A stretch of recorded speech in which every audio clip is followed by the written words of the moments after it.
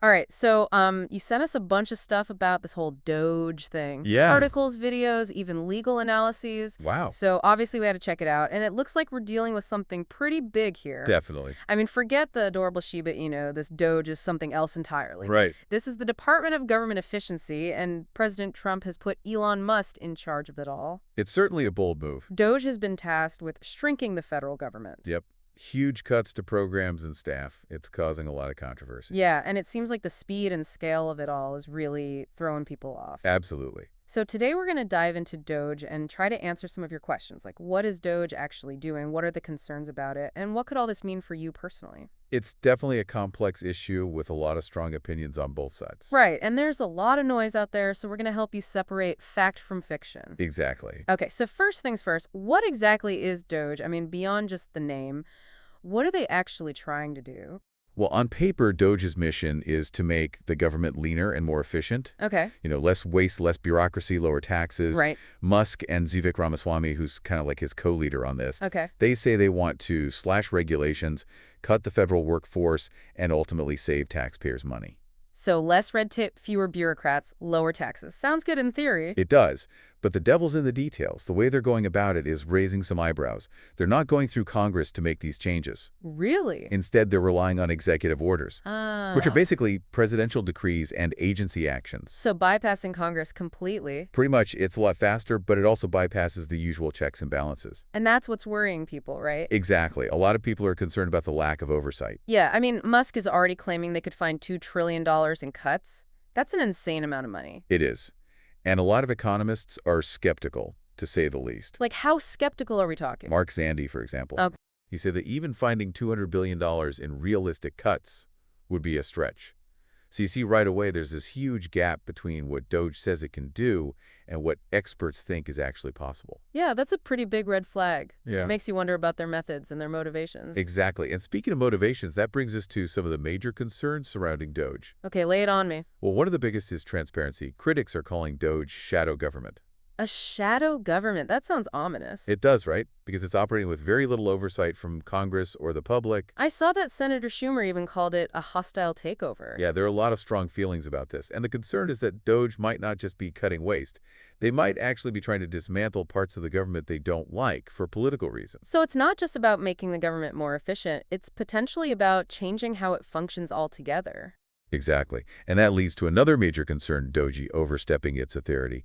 We're already seeing multiple lawsuits challenging DOGE's actions, claiming they're unconstitutional or that they're exceeding their legal powers. Wow. So are they just pushing the boundaries to see what they can get away with? Or is this a deliberate strategy to expand the power of the presidency? I mean, some of these legal arguments could have implications far beyond just this administration. That's the big question, isn't it? It's possible that the Trump administration is intentionally testing the limits of executive power.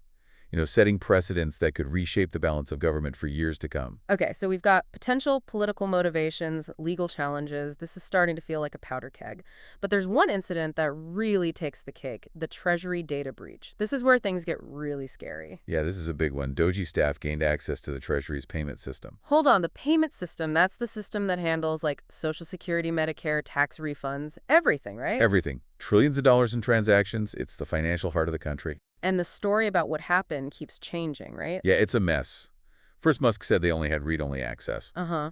But then reporters found evidence that that wasn't true. Oh, boy. Then his team said they were just looking for inefficiencies, but critics are worried that they could have manipulated the system or stolen sensitive data. It's kind of hard to believe that they just stumbled across this system and thought, oh, let's just take a peek. Right. It's a little too convenient. Attorney General Tong has called it the largest data breach in American history and is leading a multi-state lawsuit against DOGE. I mean, regardless of DOGE's intentions, and honestly, who knows what those are at this point, the potential consequences of this breach are just mind-blowing. Absolutely. And the lack of transparency from DOGE makes it almost impossible to assess the real extent of the damage or what safeguards, if any, are in place. Yeah, this is a situation with huge implications, and we're only just beginning to understand the full scope of it. So we've got this powerful agency shrouded in secrecy, a leader who's making these bold claims and even bolder moves. But let's zoom out for a second and talk about you, the listener. How could DOGE's actions actually impact your everyday life? Well, their goal is to shrink the government, right? Less funding, fewer programs, a smaller federal workforce. So if they're successful, that impact is going to be felt pretty much everywhere. So are we talking about cuts to Social Security, Medicare, education funding? Well, they've said those big programs are safe, Okay. but their actions so far, Yeah. they've raised some eyebrows.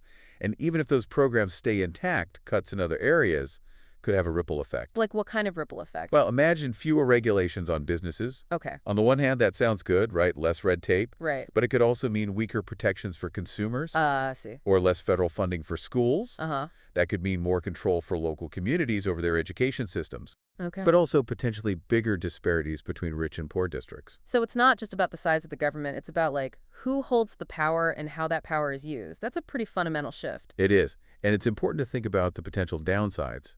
Yeah. Take agencies like the EPA, the FDA, the CDC. Huh? These agencies protect our health, our safety, our environment. Right? If their budgets are slashed, their ability to do their jobs effectively could be seriously compromised. That's a good point. And what about the economic impact? I mean, thousands of federal employees have already been laid off or pushed into early retirement. What happens to those people, their families, their communities? Right, it's not just numbers on a spreadsheet. We're talking about real people's lives. Hmm. Mass layoffs in the public sector could have a pretty significant impact on consumer spending and overall economic activity. So it's like this trade-off, right? A smaller government might mean lower taxes and less bureaucracy, but it could also mean weaker social safety nets, fewer regulations, and potentially a less stable economy. It's complicated. It is, and it raises the question of, what kind of government do we want to have? Do we want one that's lean and efficient, even if it means sacrificing some services and protections? Or do we want one that plays a more active role in providing for its citizens, even if it costs more? That's a really big question. And honestly, there's no easy answer. It's something that everyone has to kind of grapple with based on their own values and priorities. Exactly. It's a personal question, but it's a question we can't ignore. The decisions that we make today about the role of government are going to have a huge impact on our society for generations to come. Okay, so beyond the immediate impact of DOGE's actions, what are some of the bigger picture concerns? We've talked about transparency and accountability, but there's also this issue of executive power. Yeah, that's a crucial point. Critics argue that DOGE is concentrating too much power in the hands of the president, bypassing Congress and undermining the checks and balances that are so important to our system of government. So instead of having this balance of power between the different branches of government, it's more like the president is calling all the shots. That's the concern. And it's not just theoretical. We've seen DOGE repeatedly ignore court orders, resist congressional oversight, and operate with a level of secrecy that's alarming to a lot of people. Which makes you wonder, what if future presidents use this same playbook, Right. to push their own agendas, even if it goes against the will of the people or even the rule of law? That's the danger. And that's why it's so important to have this public debate about DOGE, to make sure we're not setting these dangerous precedents that could really weaken our democracy. I'm getting the sense that this isn't just about smaller government. It's not like a whole different philosophy of government. It's a huge shift. It is, and it's a shift that could have profound implications for how our society functions, how our economy operates, and how our rights are protected.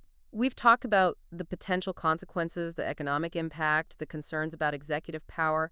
But what about the human side of all this? I mean, DOGE's actions are affecting real people, right? Absolutely. I mean, take USAID, for example, USAID. the agency that provides humanitarian aid around the world.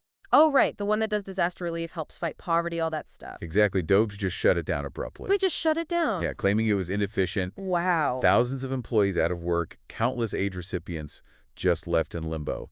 And we're seeing similar stories from other agencies, employees being fired, forced to retire, people who depend on government services facing cuts and delays. It's easy to get lost in the political and legal arguments, but we can't forget about the human cost of these decisions.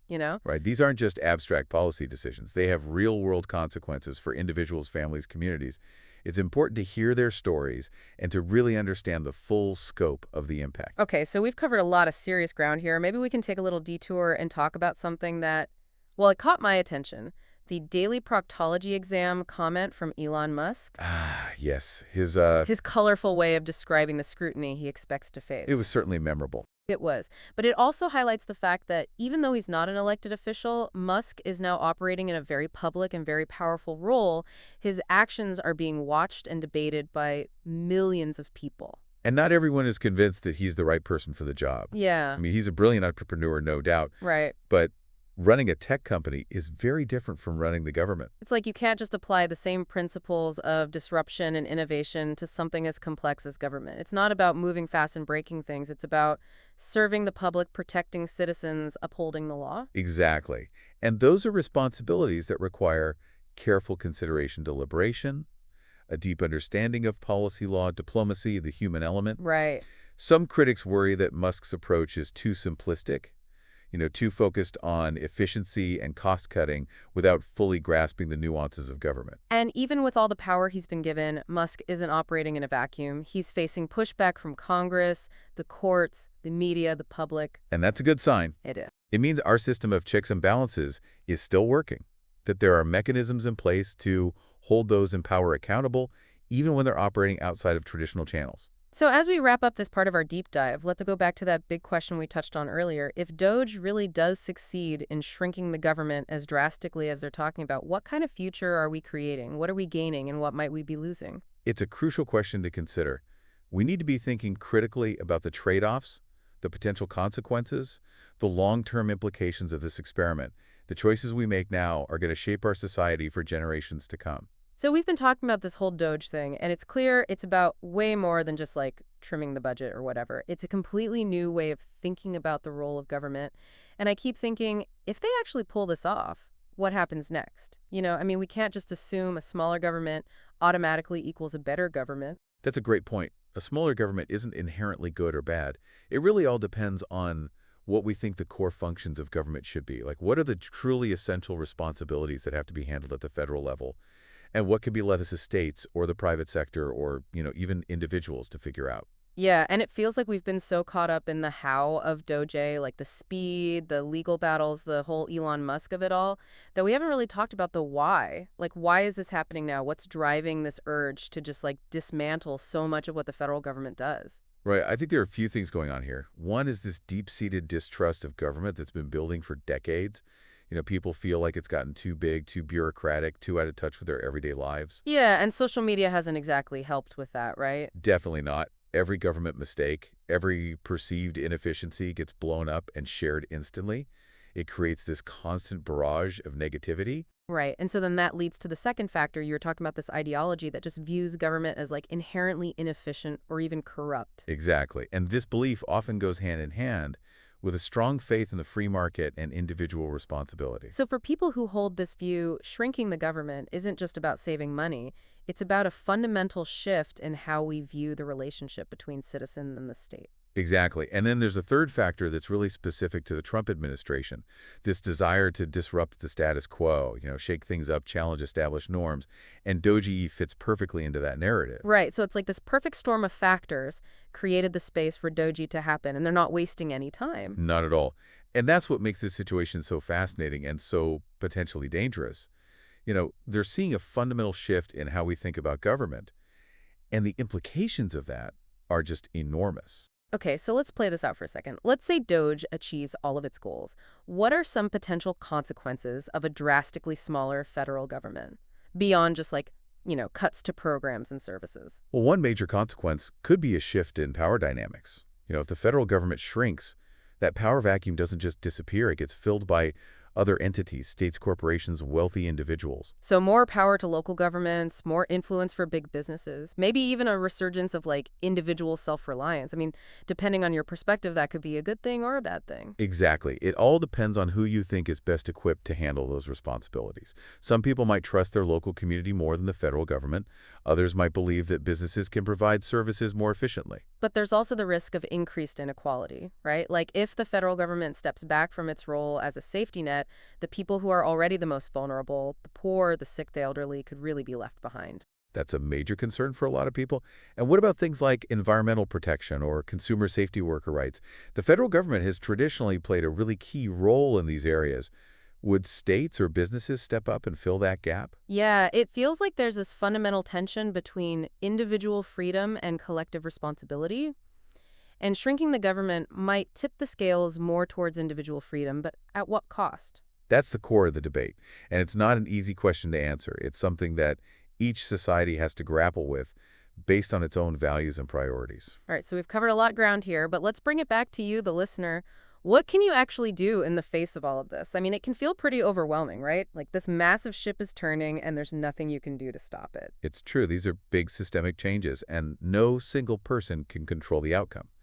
But that doesn't mean you're powerless. In fact, this is exactly when your voice matters the most. So how do you make your voice heard?